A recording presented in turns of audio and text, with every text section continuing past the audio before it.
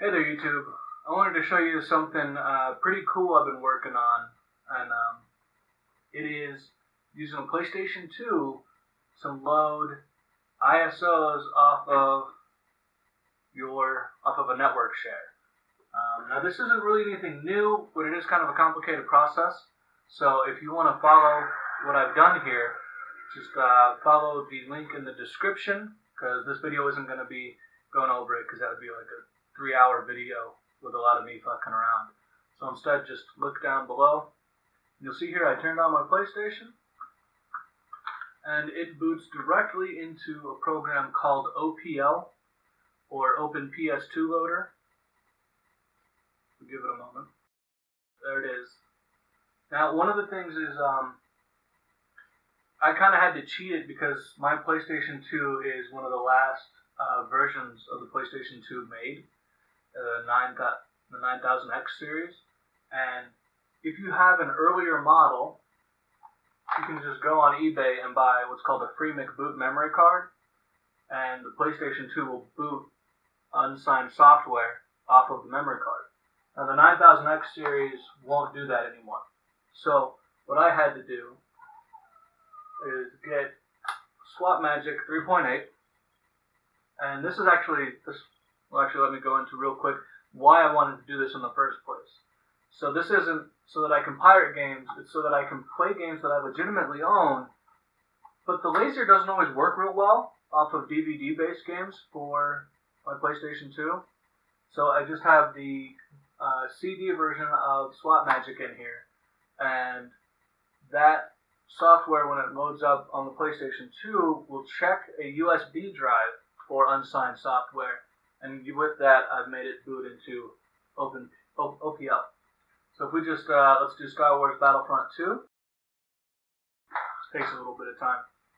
Not too long, though.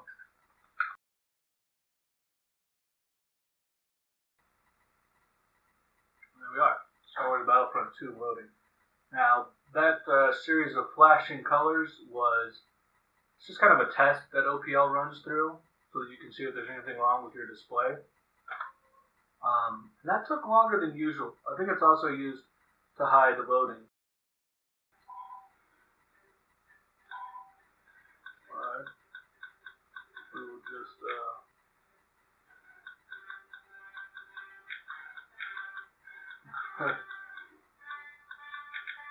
that kind of tells you how confident I was in this. Because I don't even have a profile set up.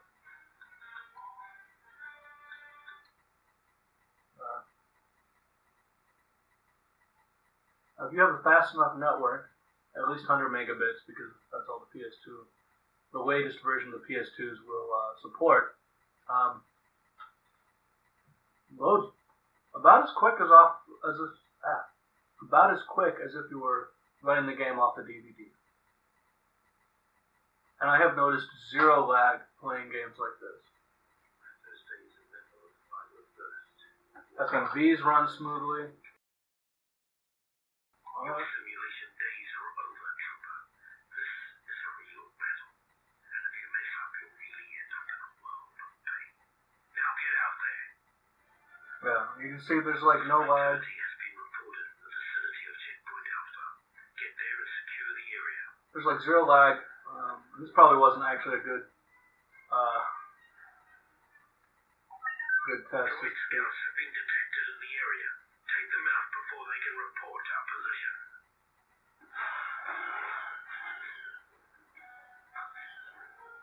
Just because I'm really bad at shooters, especially on console. But Star Wars Battlefront 2 is worth it. Oh shit.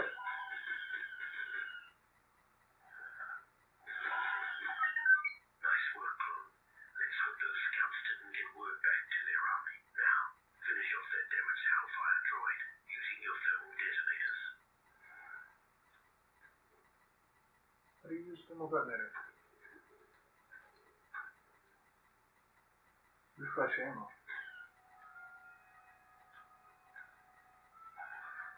Oh! Killed myself. Anyway. We'll just restart it and I'll load up another game. let's do Final Fantasy 12. Part of why I'm choosing Final Fantasy 12 is if you are burning a copy of Final Fantasy 12, it can be a bit tricky to make it work on a non-modified PS2. Which, this is lightly modified. I just added this button here to act as a close switch for when I open the PS2 up. Because the original plan was to use these Swap Magics discs to play burned copies of my games. And so the whole idea there, Swap Magic, is it loads off this disc, and you're supposed to have a tool that will trip the sensors, a little plastic knife thing, but instead I just wired up this button so that I can just hold the button down while I swap out the discs. Probably be better if I used an actual switch, but I used my last actual switch on the PlayStation 1. So here we go. You see the FMV loading fine.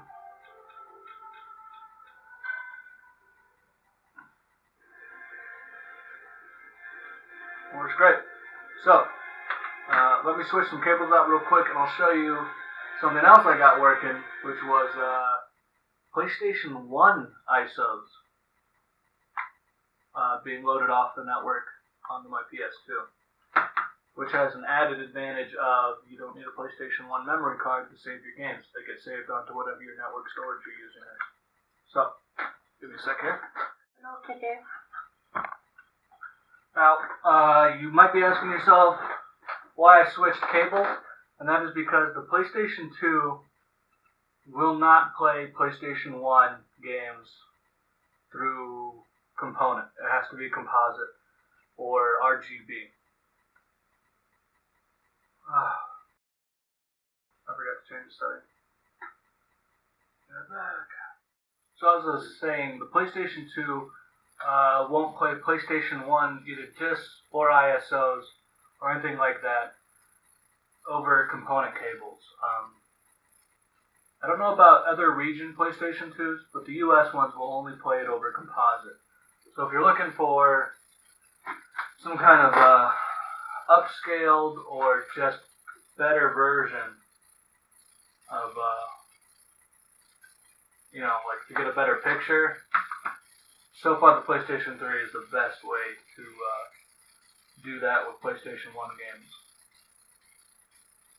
But, the PlayStation 2 having the PlayStation 1 hardware integrated into it, in my opinion, it kind of gives you a better,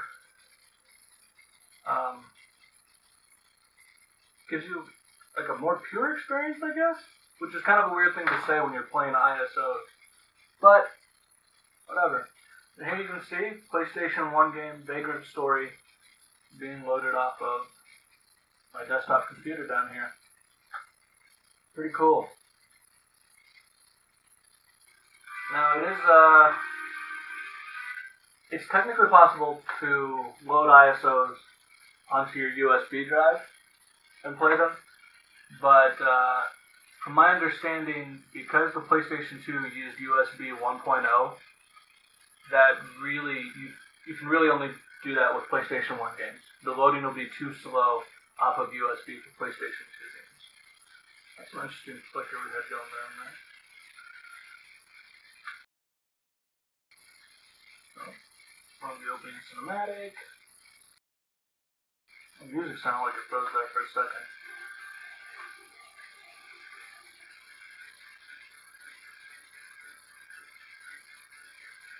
Do you hear that? And but otherwise, everything seems to be alright.